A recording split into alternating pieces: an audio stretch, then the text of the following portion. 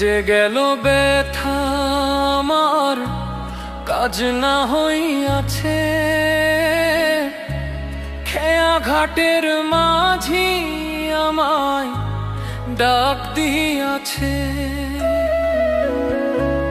দিন যে গেল ব্যথায় আমার কাজ না হইয়াছে, খেয়া ঘাটের মাঝি আমায় ডাক দিয়াছে।